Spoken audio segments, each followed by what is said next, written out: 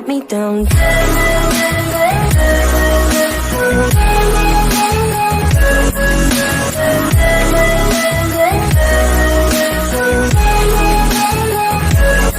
me down. Dan dia tidak bisa menahan perasaan surrealisme. Hanya dalam beberapa ratus tahun orang ini telah tumbuh begitu banyak.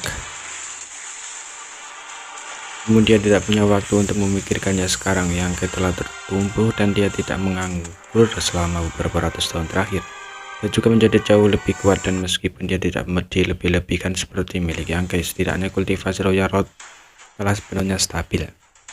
Menghadapi pukulan pembunuh Yangkei, dia tidak akan duduk dan tidak melakukan apa-apa. Dalam sekejap kekuatan tinta melonjak dan awan tinta hitam bergetar menyelimuti seluruh ruang. Di awan tinta hitam, gelombang kejut pertempuran terus menyebar, bercampur dengan raungan marah Monaye. Berapa lama kamu bisa mempertahankan serangan seperti itu? Dia sekarang dapat melihat bahwa Yangkei dengan jelas menggunakan ancaman teknik rahasia, menyebabkan kekuatannya tiba-tiba melonjak. Teknik rahasia seperti itu pasti memiliki beberapa batasan, dan durasinya adalah masalah terbesar. Yangkei sekarang membalas tidak akan lama, tapi itu cukup untuk membunuhmu.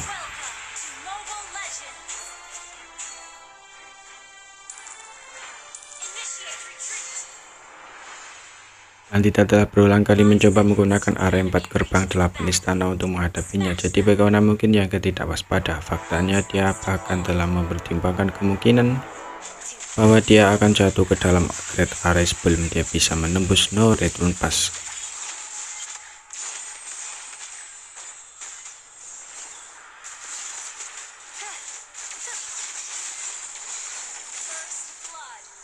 Tapi dia tetap datang bukan karena dia tidak takut, tapi karena dia punya sesuatu untuk diandalkan. Jika itu 700 tahun yang lalu, dia masih harus waspada terhadap hari penguncian bumi penyegelan ini.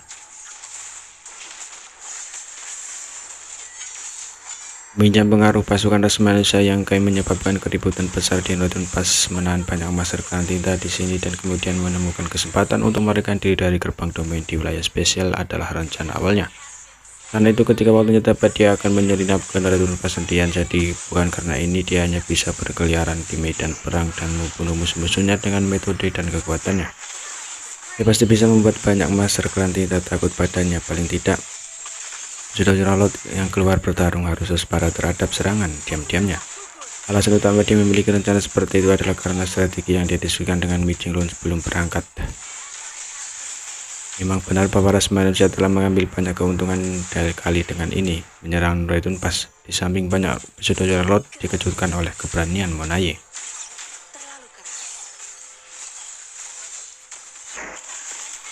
Pasukan ras manusia yang telah dievakuasi telah diatur ulang di kamp sementara 3 hari dari No Return Pass. Setelah pertempuran ini, ras manusia tidak lagi memiliki kemampuan untuk menyerang No Return Pass. Para prajurit yang terluka membutuhkan waktu untuk memulihkan diri, dan departemen logistik tidak dapat mengimbanginya. Jumlah besar kapal perang yang rusak perlu diperbaiki. Evil Breaking Divine Lance adalah senjata ampuh yang digunakan untuk menangani klan tinta, dan pil pengusir klan tinta perlu disempurnakan untuk memasok seluruh pasukan.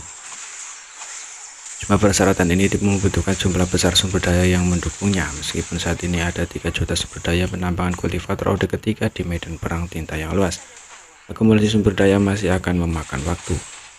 Dengan perkiraan konservatif, dalam 2 atau 3 tahun ke depan, ras manusia tidak akan lagi memiliki kemampuan untuk menyerang No Return Pass.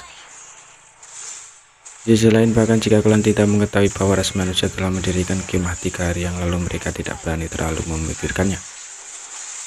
Ketika pasukan ras manusia mundur, klan tinta masih bisa mengejar dan membunuh mereka untuk meningkatkan kemenangan mereka. Tapi sekarang, setelah ras manusia telah menang, tidak bijaksana untuk mengganggu mereka dengan demikian. Meskipun ras manusia hanya saling memandang dari posisi yang tidak terlalu jauh,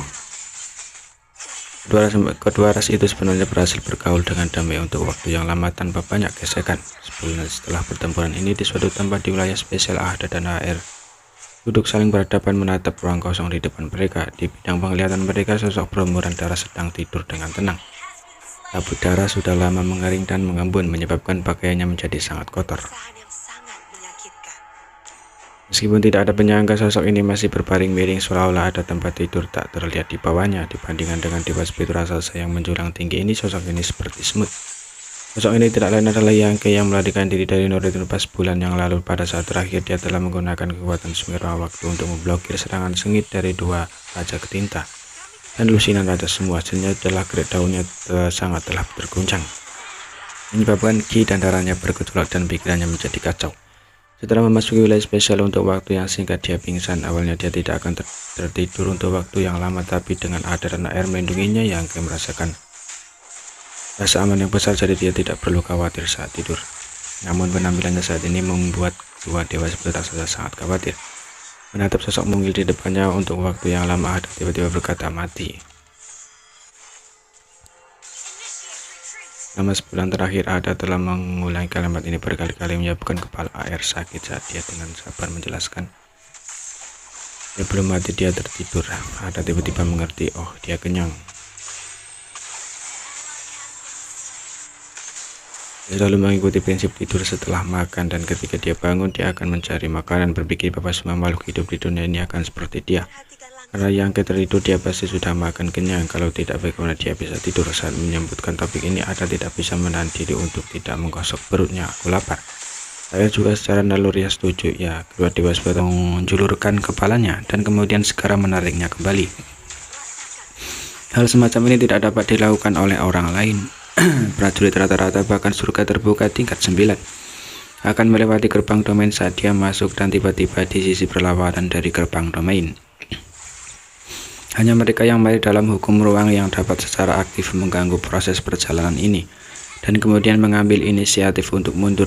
Jadi ketika serangan sekelompok pembangkit tenaga klan Tinta mencapai, Yangke tidak terlihat serangan itu jatuh ke gerbang domain dan melakukan perjalanan ke domain utara. Hanya melalui lipat dan teleportasi ruang di dalam gerbang domain yang awalnya karena serangan Yangke menjadi lemah dan lemah. Yangke hanya mengabaikan beberapa kali sebelum dengan mudah memblokirnya. Sekarang setelah itu dia menjulurkan kepalanya keluar dari pintu domain lagi dan menatap Diallo tidak jauh sambil tersenyum sangat bersemangat. Tanggapan yang terima sama seperti sebelumnya, itu masih merupakan serangan kejam oleh kekuatan klan Tinta. Dan Yangke dengan cepat kembali. Jadi dalam 10 nafas waktu berikutnya, adegan seperti itu yang membuat Diallo dan klan Tinta lainnya merasa konyol dan tak berdaya muncul 7 atau 8 kali berturut-turut, menyebabkan mentalitas mereka meledak dan suasana hati mereka menjadi tidak seimbang. Urat biru di dahi Diallo hampir meledak meskipun ketika dia mengambil tugas mencegah Yangke menginjakan kaki dan tidak kembali, dia tahu bahwa kemungkinan kegagalannya tinggi. Karena Yangke hanya harus menahan satu putaran. Jika dia ingin secara paksa keluar dari gerbang domain dengan kekuatannya, klan Tinta tidak bisa menghentikannya sama sekali. Dan Yangke memang memiliki modal seperti itu. Dia memiliki tubuh naga suci dan memiliki kulit yang tebal, serangan yang cukup kuat melukai parah dan bahkan membunuh peringkat ke-9 umat manusia biasa. Tidak mungkin menyebabkan kerusakan fatal badannya, paling-paling dia akan menderita cedera yang tidak ringan atau serius. Selama Yangke menerobos dan tidak kembali dengan sarana dan